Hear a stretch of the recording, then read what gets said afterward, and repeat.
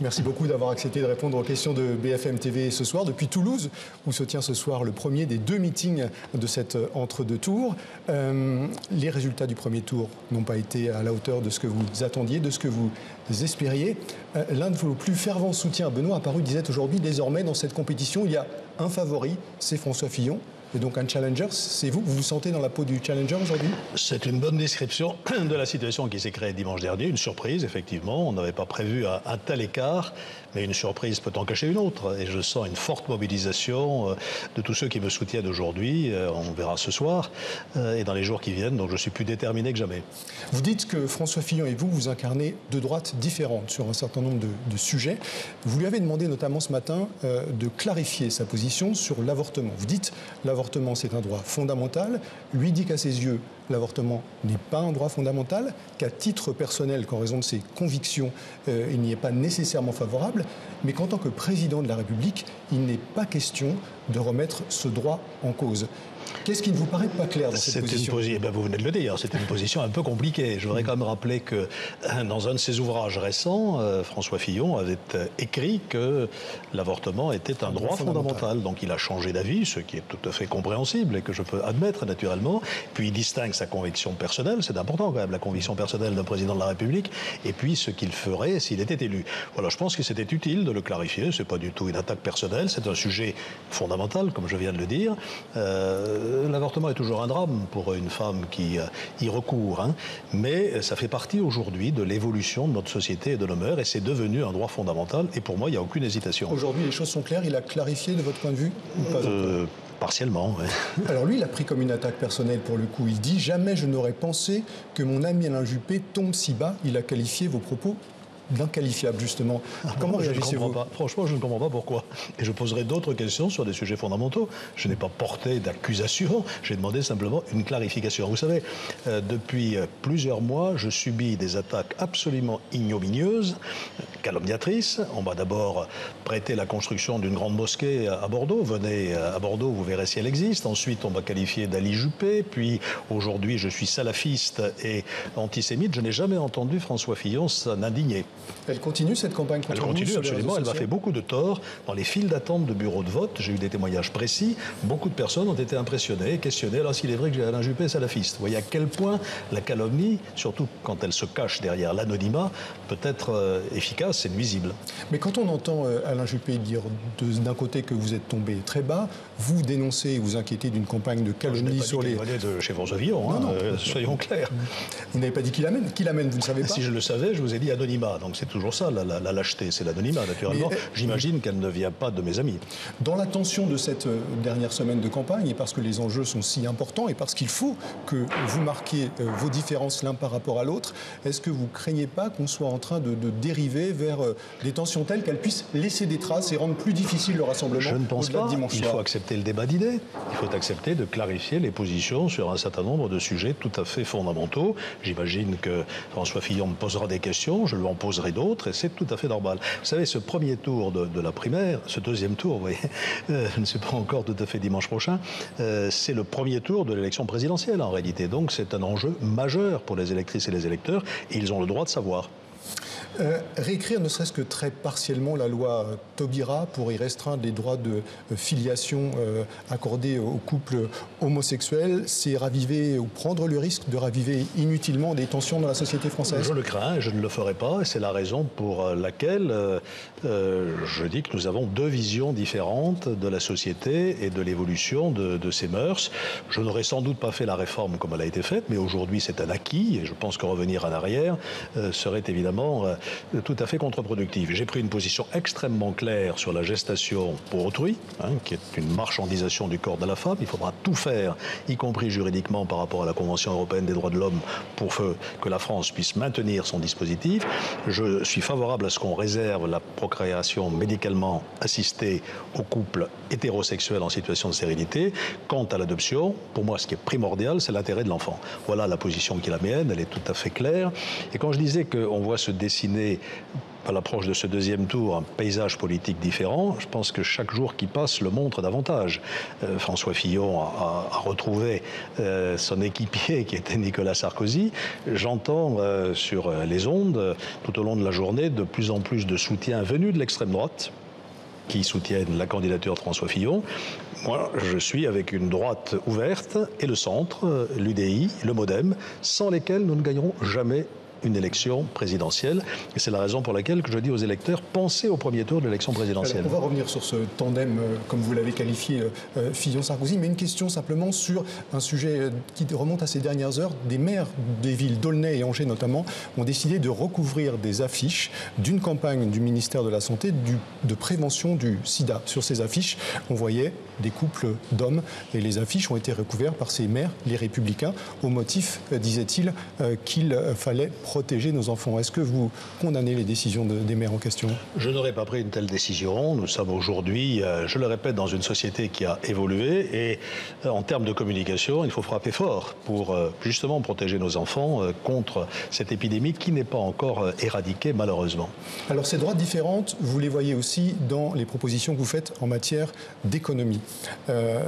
Pourtant, quand on regarde vos programmes, vous proposez tous les deux de réduire massivement les dépenses publiques, de réduire massivement le nombre de fonctionnaires, de se débarrasser des 35 heures, de modifier les indemnités chômage. Je pourrais continuer la liste comme ça. Est-ce qu'au fond, la différence entre François Fillon et vous, ce n'est pas davantage une différence de rapidité, de profondeur, plutôt qu'une différence de nature? Est-ce qu'au fond, lui, il ne veut pas aller plus loin, plus vite, trop loin et trop vite à vos yeux? C'est une différence de crédibilité. Bien sûr que nous sommes d'accord pour dire qu'il faut réduire la dépense publique, qu'il faut alléger les impôts, qu'il faut simplifier la vie des entreprises, de façon générale la vie de la société, des collectivités locales, etc. Donc Sur ces grands axes-là, nous sommes d'accord. En revanche, il faut des propositions qui tiennent la route. Et je le redis aujourd'hui, faire croire aux Français qu'on va supprimer 500 000 emplois de fonctionnaires, là aussi ça a varié. C'était 600 000 il y a quelques mois, c'est 500 000 aujourd'hui. Ça ne tient pas la route. Pourquoi? Parce que sur les 5 ans qui viennent, le nombre de fonctionnaires qui vont partir à la retraite est d'environ 550 000 à 560 000. Sans doute un peu moins si on décale l'âge légal de départ à la retraite. Ça voudrait dire qu'on les partisans parlent d'emploi public et disent on va en supprimer 750 000 sur 5 ans. Et donc si on supprime 500 000 emplois, il reste 250 000 embauches qu'on peut faire et c'est parfaitement faisable. J'ai lu le texte, encore confusion. Il est écrit emploi de fonctionnaires. Voilà. Alors si maintenant on nous parle d'autre chose, on va évoluer, mais il est bon de clarifier. De toute façon, si tel était le cas, cela voudrait dire que pendant 5 ans, on ne recrute aucune infirmière nouvelle, aucun policier nouveau, aucun professeur nouveau. Ça n'a pas de sens. Alors ce que disent les amis de François Fillon, c'est que pour faciliter cette réforme, plus exactement, on va passer de 35 à 39 heures. Et ça encore, c'est infaisable. D'abord, je suis favorable à l'augmentation de la durée du travail dans l'entreprise privée par négociation au sein de l'entreprise, pas de manière brutale et obligatoire du jour au lendemain, et même chose dans la fonction publique. Dire qu'on va le faire dès l'année 2017, je le répète encore, ça ne tient pas la route. Et si on le faisait effectivement, question, 39 heures payées combien ? 35, 37, ce serait inacceptable. Si c'est 39, il faut payer 39. Et si c'est 39, payer 39, dès la première année, le budget de l'État explose et celui des collectivités locales. Je rends les maires attentifs à cela. Ça veut dire que notre masse salariale dans nos collectivités locales va augmenter d'une année sur l'autre de 10%. Ça ne tient pas la route, je le redis. Donc ce n'est pas une différence de nature, mais c'est une différence profonde dans la crédibilité de cette politique. Des différences aussi, deux droites différentes également en matière de politique étrangère et singulièrement dans la relation que vous envisagez avec la Russie et Vladimir Poutine. François Fillon dit qu'il faut refaire de la Russie et de Vladimir Poutine un partenaire, entamer un dialogue constructif, lever les sanctions et s'appuyer sur Vladimir Poutine pour résoudre la crise syrienne, y compris en reprenant le dialogue avec Bachar el-Assad. Vous dites que tout cela est totalement irresponsable. Pourquoi ? Pas du tout. La fin de ce que vous avez dit, oui, mais pas le début. Bien entendu qu'il faut parler avec Poutine. Bien entendu que la Russie est un grand pays, voisin, partenaire, un grand pays européen. Enfin, dans une partie, je vais y venir, dans une partie de son territoire. Donc loin de moi l'idée de ne pas dialoguer avec Vladimir Poutine. Mais pas dans la complaisance et pas dans le béni oui-oui. Il faut marquer nos différences sur un certain nombre de points. L'annexion de la Crimée en violation de toutes les règles du droit international, non. Le jeu que joue la Russie en Ukraine, non, il faut appliquer l'accord de Minsk qui prévoit la réconciliation de l'Ukraine et c'est à ce moment-là qu'on lèvera les sanctions, naturellement. Et puis enfin, le Proche-Orient. La priorité absolue, ça j'en suis totalement d'accord, c'est la lutte contre l'État islamique et contre tous les mouvements terroristes. C'est là-dessus qu'il faut s'investir. Mais la restauration de Bachar el-Assad, qui a la responsabilité d'un véritable génocide, aujourd'hui à Alep, les forces de Bachar el-Assad, soutenues d'ailleurs par la Russie et par l'Iran, sont en train de massacrer une population civile. Des milliers d'enfants, de femmes, des hôpitaux, des ambulances qui sont ciblés par les... Ça, c'est inacceptable. Et la question que je poserai... Bien sûr, à laquelle je poserai aussi assis. Je poserai, si je suis élu à M. Poutine, la question, comment fait-on pour se sortir de cela? Jamais le peuple syrien n'acceptera la restauration de ce régime. Je sais bien que les chrétiens d'Orient ont beaucoup souffert de cette guerre, et je le regrette parce que la tradition de la France est de les protéger, mais je ne veux pas non plus basculer dans des alliances contre nature. Je ne parle pas de la Russie, je parle de l'Iran. Quand j'entends François Fillon nous dire qu'il faut s'allier à l'Iran, je voudrais rappeler que l'Iran, c'est le Hezbollah au Liban.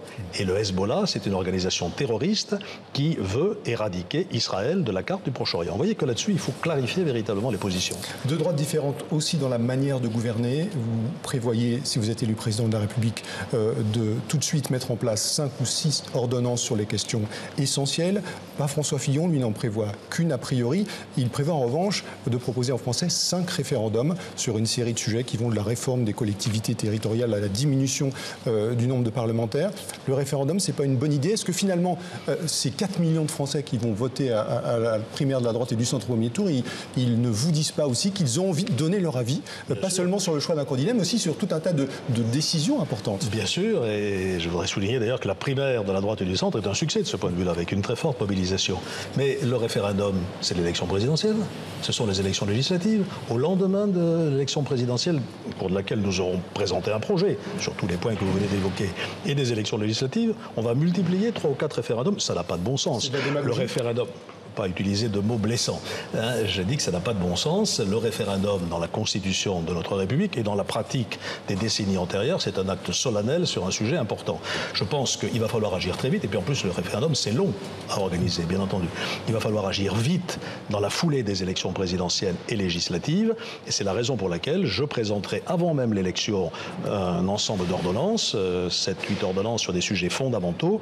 Les ordonnances, elles doivent d'abord être autorisées par le Parlement et ensuite validées. Le gros avantage, c'est qu'on peut boucler une réforme en moins de 6 mois, alors que par la procédure législative, ça peut prendre évidemment beaucoup plus de temps. Quant au référendum, il est encadré aussi et on ne peut pas poser n'importe quelle question en référendum. 2 dernières questions. Vous parliez tout à l'heure de la reconstitution de ce tandem Fillon-Sarkozy. Nicolas Sarkozy a appelé à voter pour François Fillon. Ses soutiens sont désormais derrière l'ancien Premier ministre. Est-ce que lorsque vous soulignez cela et que vous dites François Fillon est co-responsable de l'ensemble du quinquennat, c'est pas une façon de dire à ses électeurs du premier tour, si vous voulez vraiment tourner la page de Nicolas Sarkozy, soyez cohérent jusqu'au bout, et ça veut dire qu'il faut aussi tourner la page François Fillon. Moi j'ai été ministre pendant ce quinquennat 18 mois, et je n'ai jamais craché dans la soupe. Je ne me suis pas retourné contre ce qui avait été fait, ce qui au départ n'a pas été tout à fait l'attitude de François Fillon, qui a été très critique d'ailleurs. On a commis des erreurs avant 2012, c'est clair. Par exemple, supprimer 10 000 postes de policiers et de gendarmes n'a pas été une bonne chose. Et je constate d'ailleurs que François Fillon, c'est un autre désaccord avec lui, ne propose pas d'en recruter. Or, je suis convaincu qu'on n'assurera pas la sécurité des Françaises et des Français sans augmenter les forces de l'ordre. Je referme cette parenthèse. Donc voilà, effectivement, on se situe dans une forme de continuité, ce qui est un peu surprenant quand on veut pratiquer la rupture.